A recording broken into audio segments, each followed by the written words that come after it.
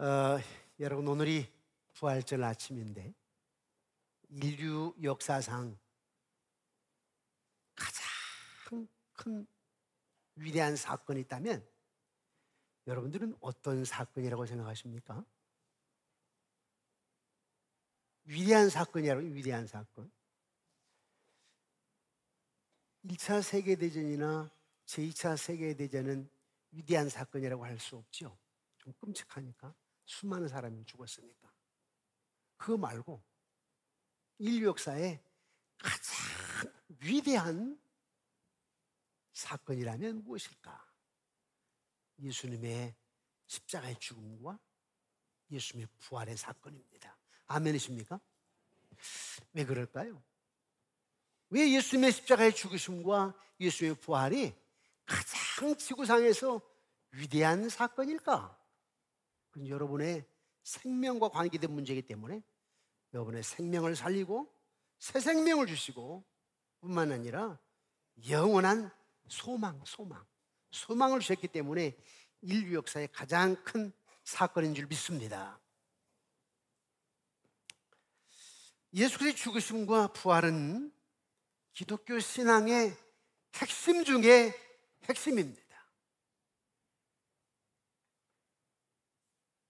부활하실 때 주변에 무슨 일들이 일어났는지 아십니까?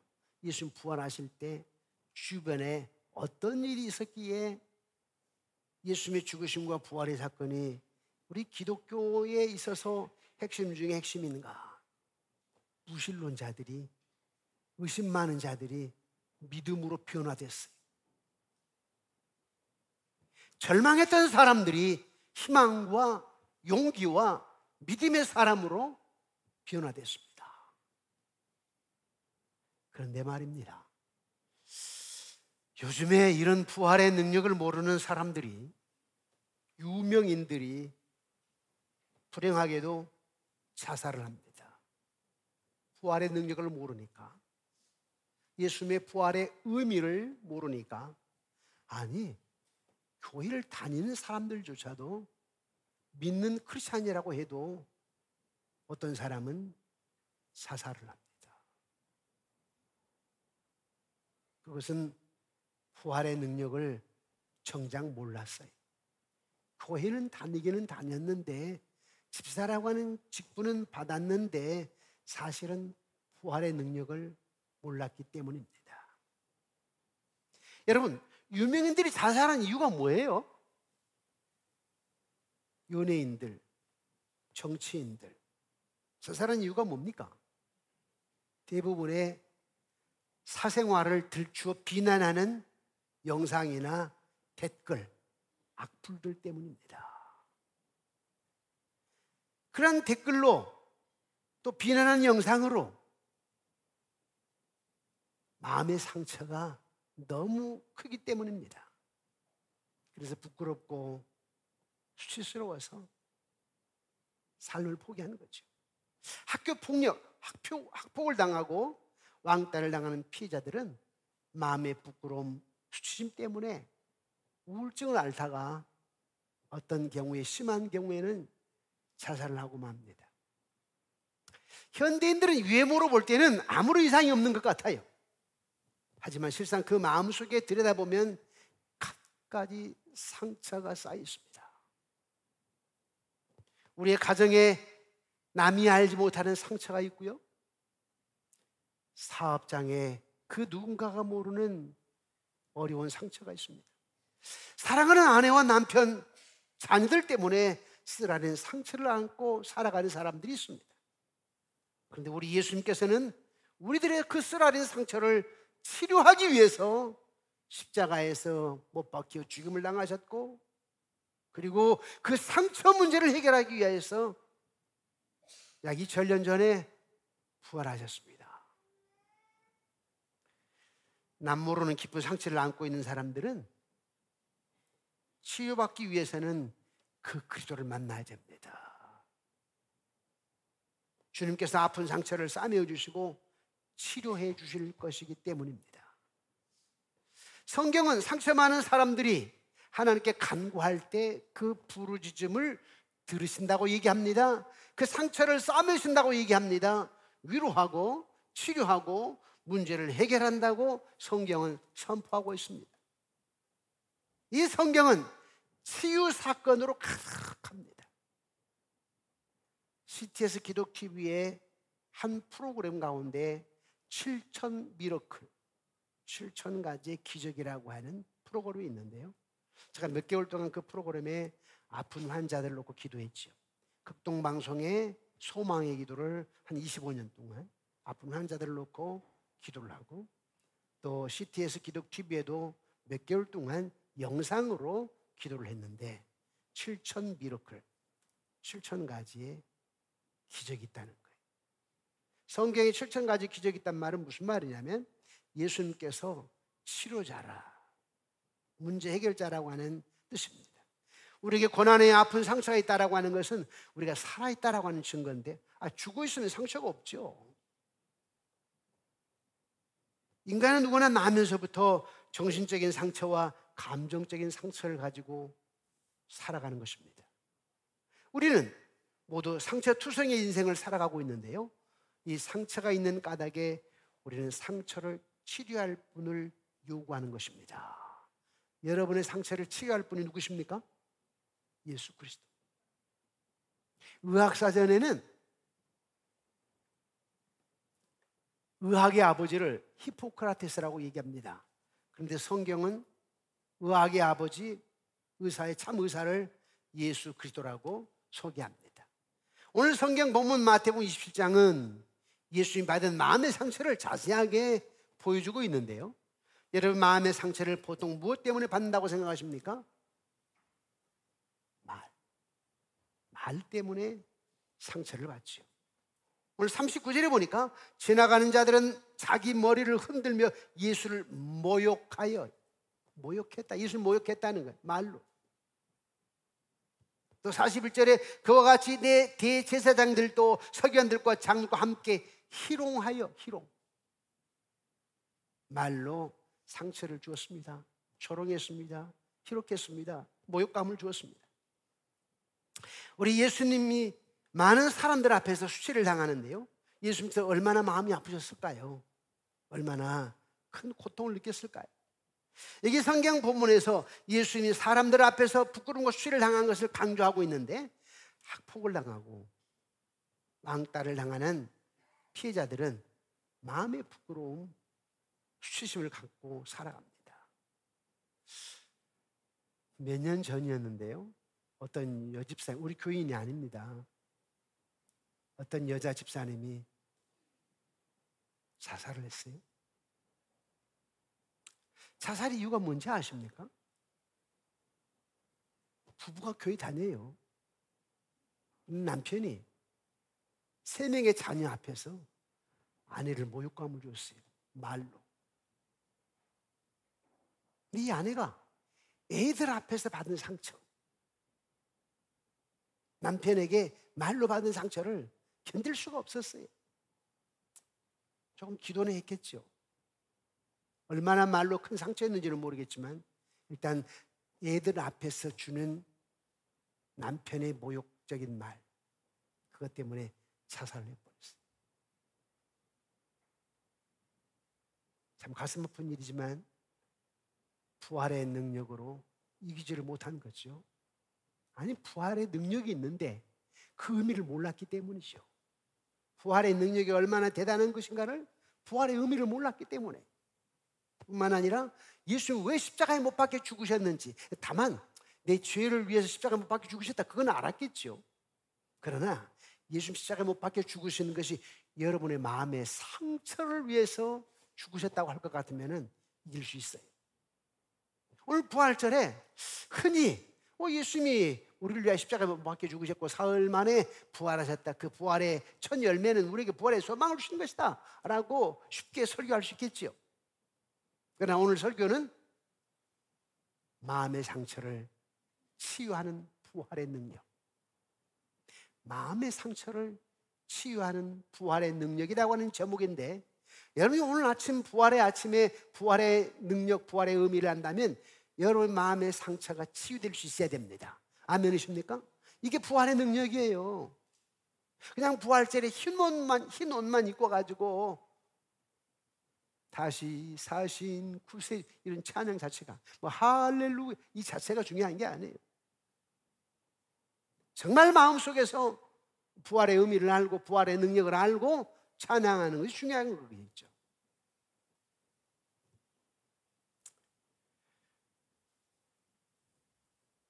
여러분, 예수님 한번 생각해 보세요. 예수님의 상처는 여러분의 상처하고는 비교할 수가 없어요. 그렇게 사랑했던 제자 가룟 유다가요, 밀고를 하는데 목요일날 밤이었죠. 제자들의 발을 씻기시고 떡과 포도주 잔을 나누어 주시고 내 살이 이렇게 찢긴다, 내가 이렇게 피를 흘린다라고 하는 것을 상징하기 위한 거였습니다. 그리고 제자를 데리고 겟세마네 동산으로 가시죠. 왜요? 죽으러 가신 겁니다. 당신 다 아세요. 대제사장들과 백성들의 장로, 서기관, 바리새인들 며칠 전에 호산나 다윗의 자손이여 찬송하려고 했던 예루살렘 성에 입성하실 때 그렇게 환호했던 자들이 저자를 못 박아 죽으시오, 저자를 죽으시오. 자, 바라바냐 예수냐, 바라바를 놓으시고 예수를 죽이시오, 이랬던 자들이요. 배신감이죠.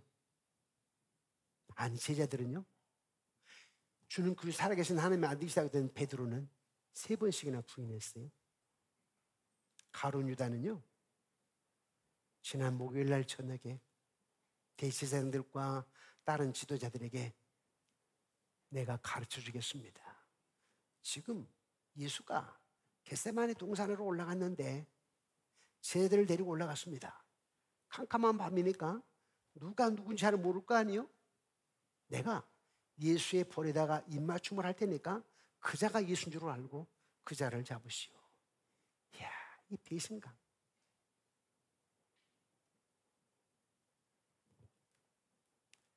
하나님이 선택하고 축복했던 섬 이스라엘 백성들에게 배신을 당하여 재판을 받고 십자가에 못 박혔습니다.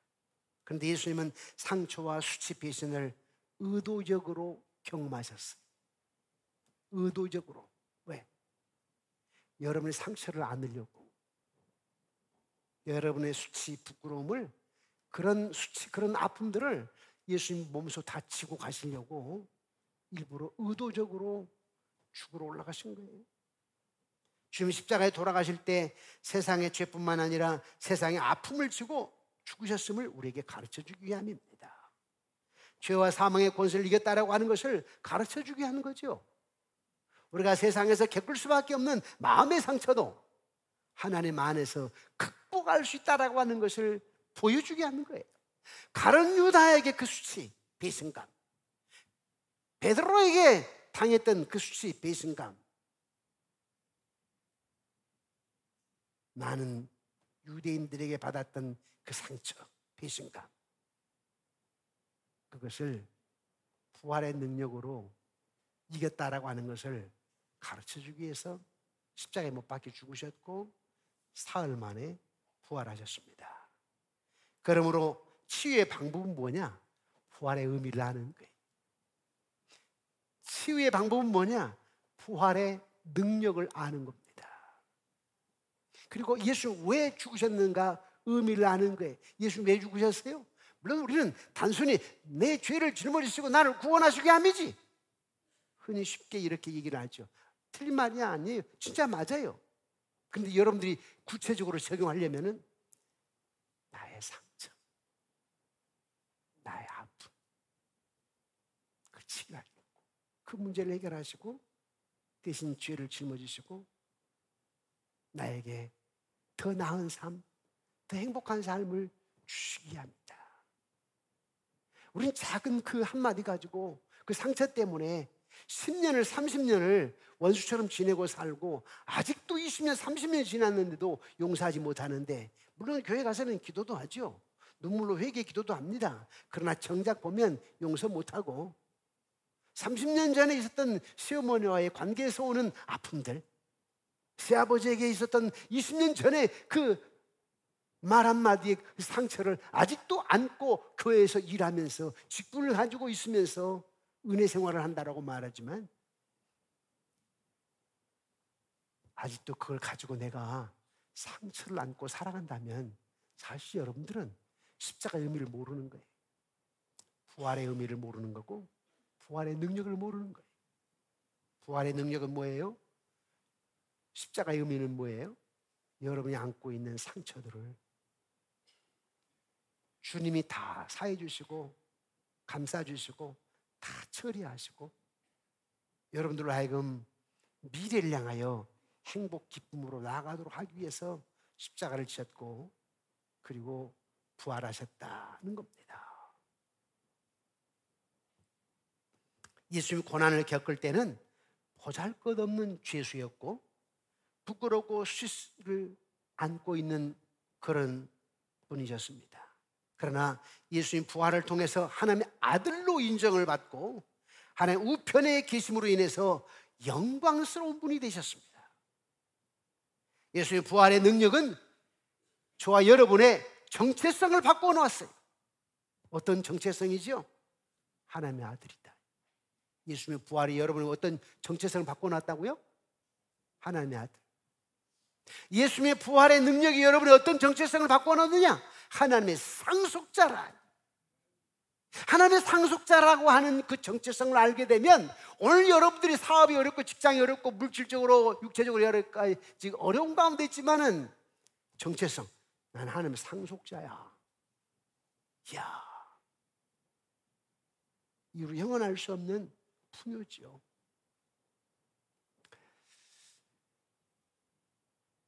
제가 무슨 꿈인지는 모르겠는데요, 이틀 전에 제가 보통 잠을 한 서너 시간밖에 못 자요, 사실은. 그런데 아침에 일어나는데 얼마나 기분이 좋던데, 일단 아직 꿈의 의미는 모르겠어요. 일단 잤는데 정말 광활한 광야입니다. 한쪽에는 산이고요, 한쪽은 쫙 펼쳐져 있는 들판이에요. 그런데 이 산에 교회 하나가 있어요. 교회 하나. 거기서 제가 사역을 하고 있는 거예요. 너무 좋았어요. 그리고 이렇게 걸어가는데 쫙 펼쳐져 있는데요, 옆으로 앞으로 다 널따란 광야가 펼쳐져 있어요. 그러면서 와, 하나님이 아브라함에게 땅을, 민족을 축복을 하셨는데, 와, 그 생각에 번쩍 나면서 사실 일어나는 아침이 너무 행복했어요. 와, 하나님 나에게 소망, 하나님 나에게 기쁨을 주시는구나. 제가 이 얘기를 하는 의도가 있습니다. 이건 뭐냐면 하나님의 부활의 능력은 여러분들에게 더 나은 삶, 더 풍요로운 삶을 주시기 위함이라. 아멘이십니까?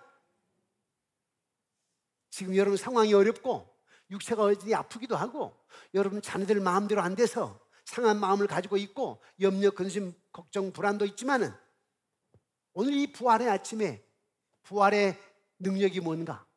그것은 여러분들에게 더 나은 삶, 더 풍요로운 삶을 주시기 위함이라는 것입니다. 이게 부활절의 의미가 있어요.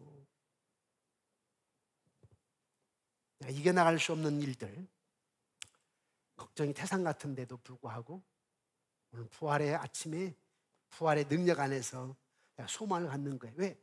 나의 정체성이 뭔데? 하나님의 아들이라니까요. 나의 정체성이 뭔데? 상속자라니까. 나의 정체성이 뭔데? 동역자예요. 하나님 나를 동역자라고 한다니까. 하나님 큰 일을 하기를 원하시는데 너는 내 동역자야. 와, 기가 막힌 거 아니에요? 여러분들 지금 어려운 가운데 있는데 하나님이 너는 내 아들이라.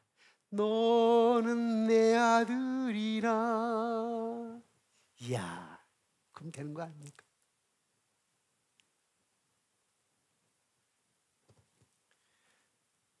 참 정체성을 아는 게 참 중요합니다. 자신의 정체성.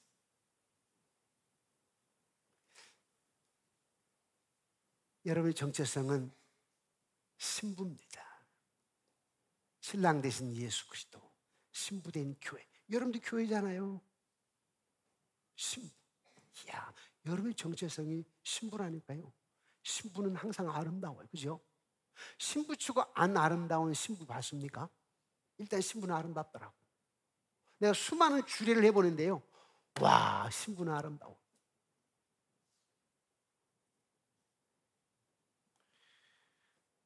예수님의 부활의 능력은 이렇게 정체성이 변화를 가져다 줍니다. 상처는요, 우리를 과거의 아픔 속에서 살게 만들어. 그러나 부활의 능력은 뭐예요? 그 상처를 이기고 앞으로 나아가게 합니다.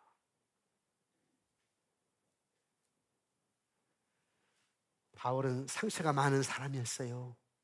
큰 잘못을 저질러 믿는 자들을 핍박하고 죽였거든요. 선교 여행 중에 배신을 당했어요. 사도로서의 지위나 능력에 의심을 받고요, 비난해서 사람들이. 상처가 많아. 바울.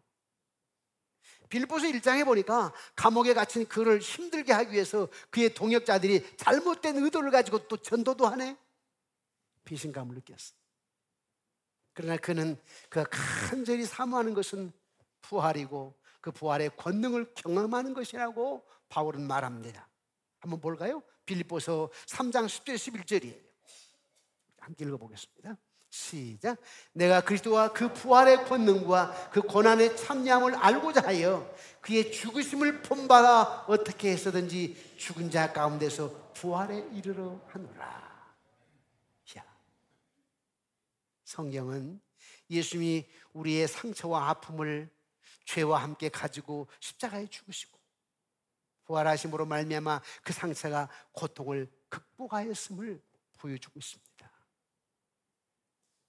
바울이 부활을 통해 마음의 상처를 극복한 증인이지요. 제자들도 예수님의 죽음으로 인해서 겪은 상실의 아픔을 부활을 통해서 치유를 받고 새로운 삶을 살아갑니다. 베드로가 성령 받고 나서, 부활의 능력을 경험하고 성령 받고 나서 거꾸로 매달려 죽으면서까지 복음을 전하잖아요.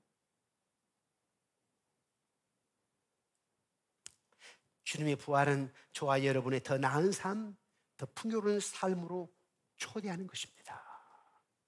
자살할 이유가 없죠. 댓글로, 악플로, 어떤 사생활의 어떤 들춰냄으로, 내가 만약에 국회의원이라고 합시다, 내가 무슨 회사의 회장, 사장이라고 합시다, 그런 걸 상처가 있다 할지라도 주님 왜 죽으셨는데, 내 상처를 다 안고 죽으셨지. 그 다음에 무슨 일이 있었는데, 인간의 사성, 생각을, 이성을 초월하는 부활의 능력, 그 부활의 능력이 나에게 있지. 내가 지금 앞을 상상할 수는 없지만 부활의 능력, 하나님은 아브라함의 하나님, 창조자 하나님, 모세의 하나님, 이스라엘을 구원해 주신 하나님, 엘리야의 하나님, 갈멜산상에서 역사하신 하나님, 바알, 아세라 선지자 850명을 저 부수게 하신 하나님, 그분은 그때 하나님만이 아니라 나의 하나님. 몸이 아파. 히스기야에게 15년이라고 하는 생명을 연장시켜 주신 하나님, 죽은 나사로 난성 과부의 아들을 야이로의 해당장에서 딸을 살리신 하나님은 나의 하나님. 최근에 우리 김명숙 권사님이 수술 받으셨죠. 우리 안지원이가 수술을 받았습니다. 우리 이금순 권사님이 항암 치료 받고 있습니다. 며칠 전에 저의 절친한, 저를 정말 사랑하는 선배 우리 백동준 목사님이 간 수술 받으셨어요. 저는 요즘엔 병원에 갈 수가 없어요. 순간순간 기도마다 우리 성도입니다. 우리 안지원이 생각하면서, 하나님, 우리 지원이 하나님 전능하신 분이시잖아요. 참 의사. 그래서 부활의 능력을 갖고 계신 하나님, 그분을 안다라고 하는 게 얼마나 축복인가. 그걸 믿는다라고 하는 것이 얼마나 놀라운 축복인가. 좀 더 다르게 살아갈 수 있잖아요. 어때요, 여러분? 이 부활의 능력을 경험한 여러분들은 일반 사람들과는 뭔가 조금 다르게 살아야 될 텐데 완전할 수는 없어요. 물론 저도 설교를 준비하면서요, 말로 인한 상처, 내가 아내를 한번 생각해 보았어요. 만으로 39년, 약 40년을 살았으니까 아내에게도 내가 말로 한마디로 상처를 줄 수도 있을 거라고 생각해요. 저 뒤에 아내가 있는데 맞지요? 아멘. 맞다고 그러잖아요. 부활의 능력으로 이기셨지요? 아멘. 이겼다고 그래요. 부활의 능력으로. 네. 부활의 능력은요, 매일 시간 우리의 삶 속에서 역사하십니다. 예를 하나 드리고 말씀을 맺으려고 합니다. 2차 세계대전 때였어요. 독일군들이 네덜란드를 침략합니다. 그때 네덜란드에 유대인들이 코리템 붐집에 숨었어요. 코리템 붐 유대인입니다. 아가씨입니다. 그 네덜란드 집에 코리템 붐 부모님이 유대인들을 숨겨주었어요. 그런 바람에 독일군들이 쳐들어와가지고 이 네덜란드 이 코리템 붐 부모님을 강제 수용소로 끌고 갔어요. 물론 이 아가씨 코리템 붐도 끌려갔어요. 사촌 언니도 집에 같이 있었는데 같이 끌려갔어요. 유대인들을 숨겨주었다고 그래가지고. 독일군 강제 수용소에 갇힌 부모님이 고문을 당하다가 죽었습니다. 사촌 언니가 강간을 당하고 그리고 죽임을 당했습니다. 코리템 붐 여사는 구사일생으로 어떻게 살아서 나중에 고국으로 돌아가게 되었습니다. 고국으로 돌아간 코리템 붐 여사는 나중에 신앙을 하고 그래서 주의 종이 되었어요. 여자 목사가 되었습니다. 코리템 붐 여사가 복음을 증거할 때 어느 날 성령의 음성을 들었답니다. 어떤 음성이냐?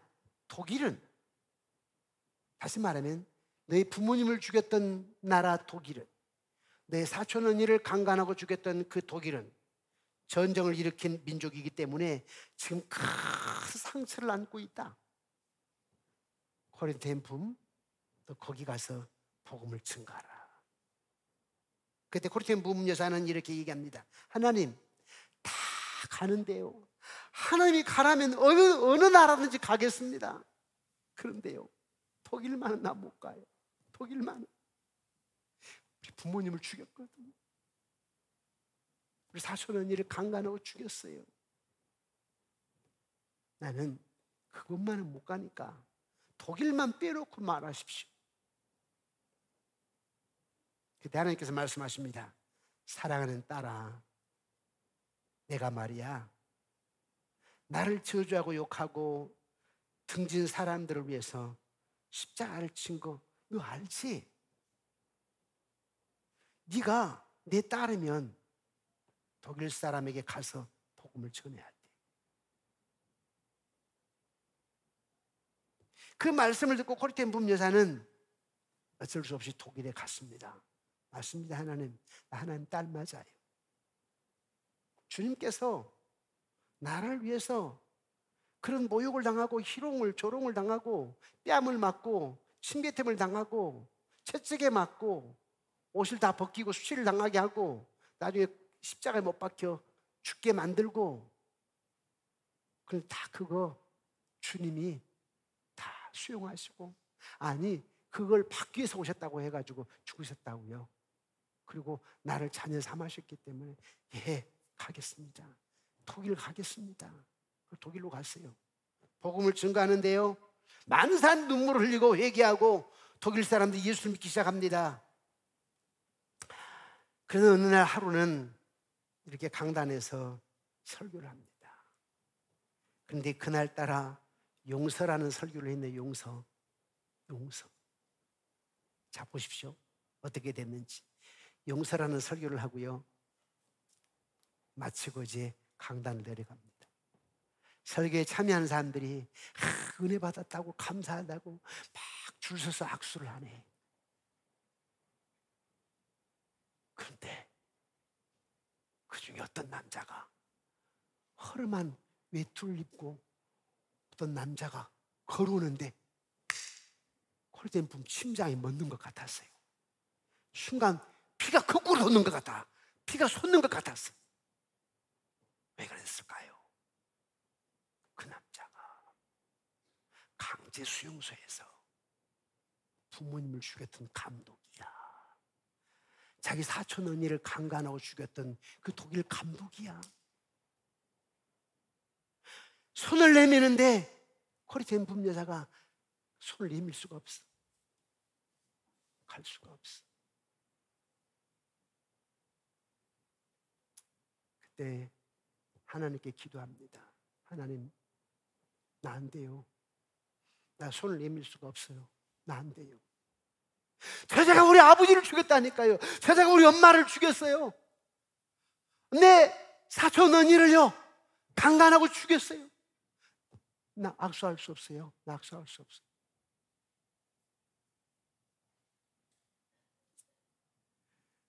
그 코리텐 붐에게는 언니 얼굴이 싹 클로즈업 되는 거예요. 강간당하는 언니 얼굴이, 처참하게 죽음당하는 엄마의 얼굴이 탁 클로즈업 되는 거예요. 악수를 할 수가 없었어요. 그래서 얼른 마음속으로 기도했지요. 예수님, 저는 하늘에서 진노의 벼락이 내려, 하늘에서 진노의 벼락이 내려서 이 사람을 때리기 전에는 용서할 수 없어요.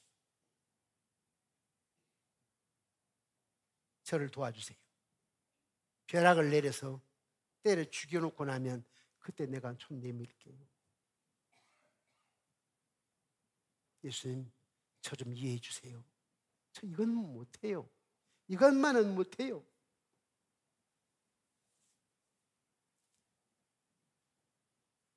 저는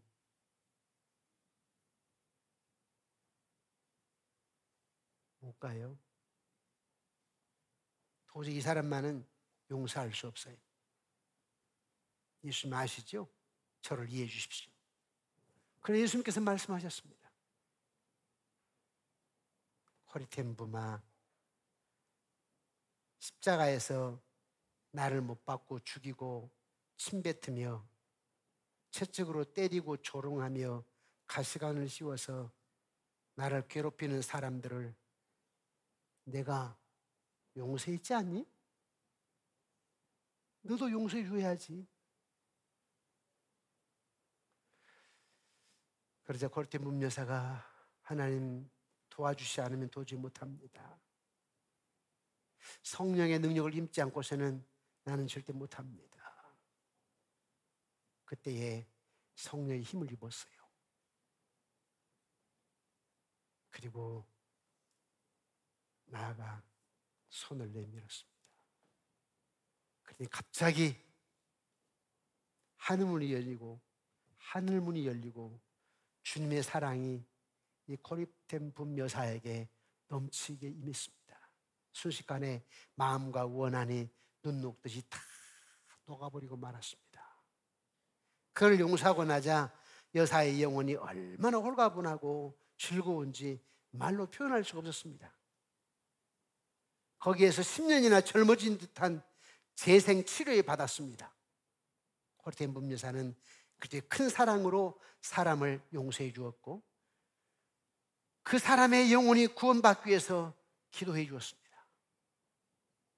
코리텐 붐 여사는 그때 자신의 마음속에 남아있던 쓰라린 원한의 상처가 치료를 받고 그 이후로 온 세계 다니면서 용서와 사랑을 힘있게 전할 수 있었다고 고백을 합니다. 이것이 마음의 상처를 치유하는 부활의 능력입니다. 이것이 마음의 상처를 치유하는 삶의 능력입니다.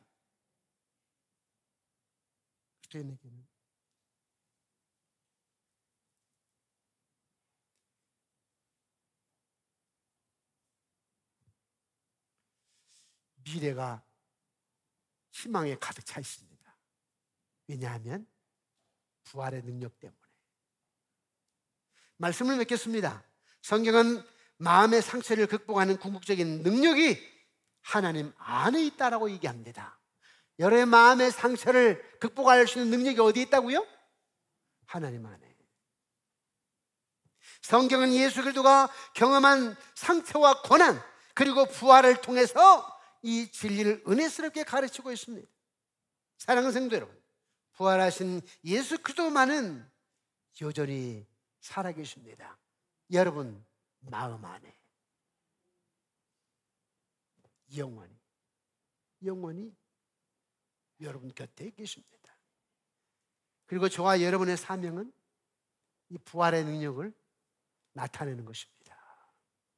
이 부활의 능력을 증거하는 것입니다. 여러분의 상처를 준 사람에게, 여러분 마음속에 원망을 준 사람에게, 여러분 마음속에 고통을 주는 사람에게 이 부활의 능력으로 여러분도 치료를 받아야 될 것이고, 그 사람을 용서하고 이해하고 피차 간에 더 나은 삶, 더 풍요로운 행복한 삶으로 나아가는 것이 그리스도인의 삶입니다. 아멘이십니까?